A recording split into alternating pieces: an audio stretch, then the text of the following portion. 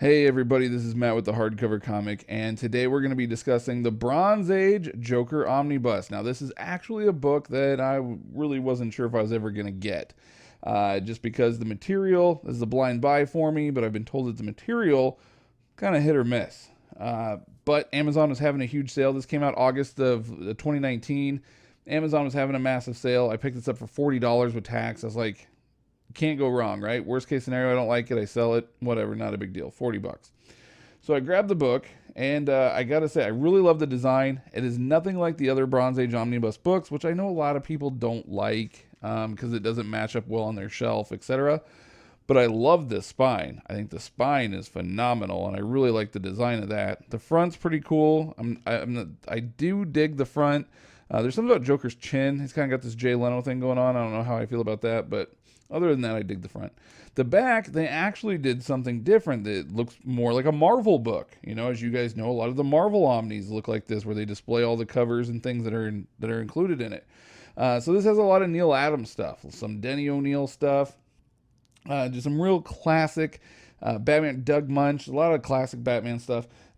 Obviously, you guys have the very classic cover for Batman that Neil Adams did. Super, super famous cover there. This book also covers the Joker number 10, which was previously never released.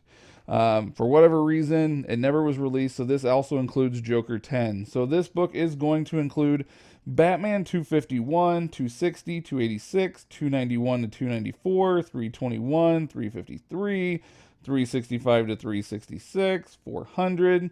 The Brave and the Bold, that's a fun title. 111, 118, 129 to 130, 141, 191. DC Comics Presents 41, 72.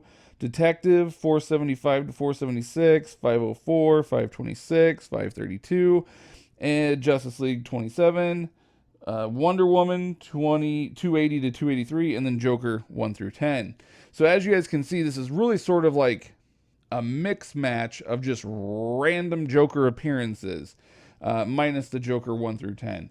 There's a lot of like one issue appearances. There's a couple of like, 2 or 3 issue appearances in here. So there's not really like a big overarching story or anything like that you guys might be used to in previous stories. This is really just sort of an appearance book, if you will.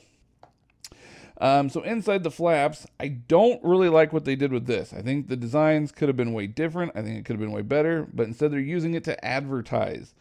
Not a big fan of that, but hey, it is what it is. You can always get a new dust jacket made if you don't like it. But here they're just advertising the other Bronze Age. And this is what the original Bronze Age books looked like. This is what some people wish this one looked like.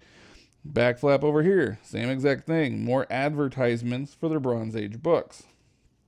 Now, once we get this dust jacket off, I will say, I don't know if you guys can tell here, but the paper, so when I first unboxed this, I knew nothing about it. I unboxed it, and I'm like, the paper looks kind of weird. I don't know if you guys can really tell in the video or not, but I was like, the paper, it looks different. I'm not really sure, why the paper looks the way that it does. And so I opened it up because I was like, well, this is kind of odd. And it turns out I love it. I love the paper so incredibly much. In my opinion, this is how an omnibus should be made. You do have the embossed front. You can't really see it too well in the video, but you do have that embossed front right there. Same on the spine. It is embossed. Similar to all their Bronze Age books. All the Bronze Age books kind of look like that. So that one they did hold the same. Got some embossing on the back too. So that one they did, it's a big Joker face. That's actually pretty cool. I don't know how well you guys can see that in the video, but there is a kind of a big embossed Joker face on there. I do really like that. I think that's pretty cool. But back to the paper. So I open this thing up, and immediately it feels different than a regular book. The reason being, this is newspaper print, right? But it's not your standard newspaper print that you would find in the singles that were printed back in the day. No. This is like a thick newspaper print. I don't really know how else to explain it because I'm not really familiar with any other omnis that have this kind of newspaper. It's something I've never seen before.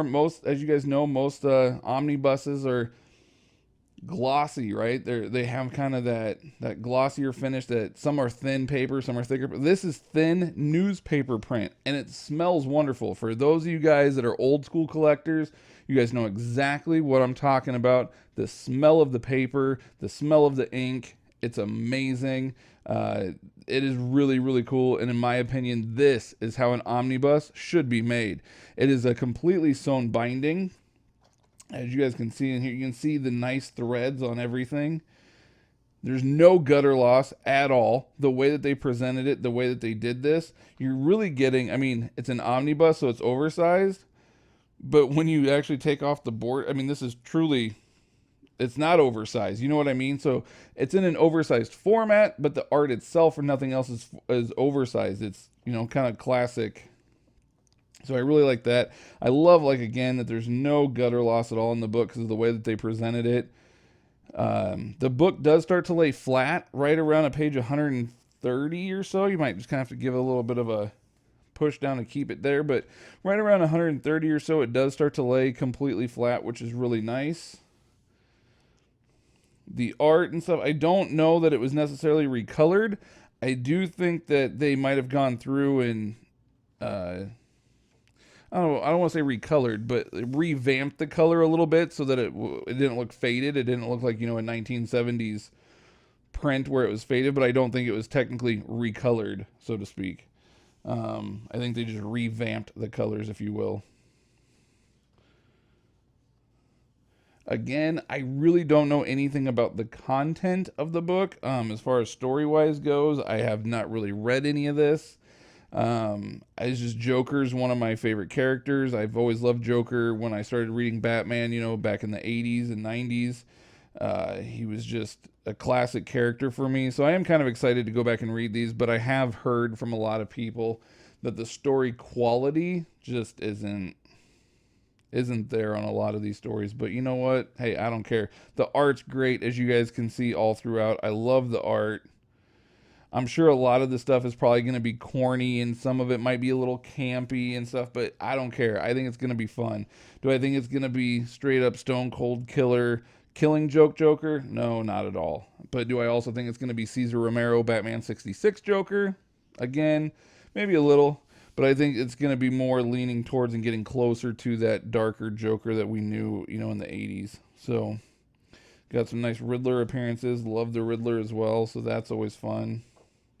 I am really excited to read this. I think because of the fact that it's not an overarching book, you know, where it has like a giant arc or a giant story or anything to it, and it literally is just sort of like a one-issue book at a time. I look forward to that because I think it'll make it an easier read. Like, it's a book that you can just pick up, read an issue, put it away for a few days, a week, whatever, pick it back up, read an issue, and you're not going to forget or, you know, worry anything. So, love that art. That is really solid stuff. But, so there you have it, folks. As far as the back and in regards to any extras or anything like that, aside from, you know, Joker 10, which has never really been printed, there is really no extras. I mean, in the back, you have a little bit of a dossier on the Joker, and then that's it. I do love this end page, though. That is awesome. Really, really, really love that. That's beautiful. So, in my opinion, this is how an omnibus should be made. I love the thick newsprint paper. Love it, love it, love it. I love the embossing on the back here. I love that it's a sewn binding. I love that there's no gutter loss. I love that even though it's presented in a larger format, you still get kind of the original size that it was meant to be. They didn't really enlarge the art or anything. Oh, you got that fresh cracking open there. I did stretch the spine a little bit prior to this video, just FYI, but I mean, this is great. He's even kind of got the Cesar Romero mustache going on in here. It's awesome. So, but there you have it, folks. The Joker Bronze Age Omnibus overview. Like I said, you might still be able to get it on Amazon. It was $40. They had it on sale as a coupon. If you can pick it up for a cheap price, I do recommend it. So get it, check it out. And if you do have it, let us know what you think in the comments. Thanks, and have a great day.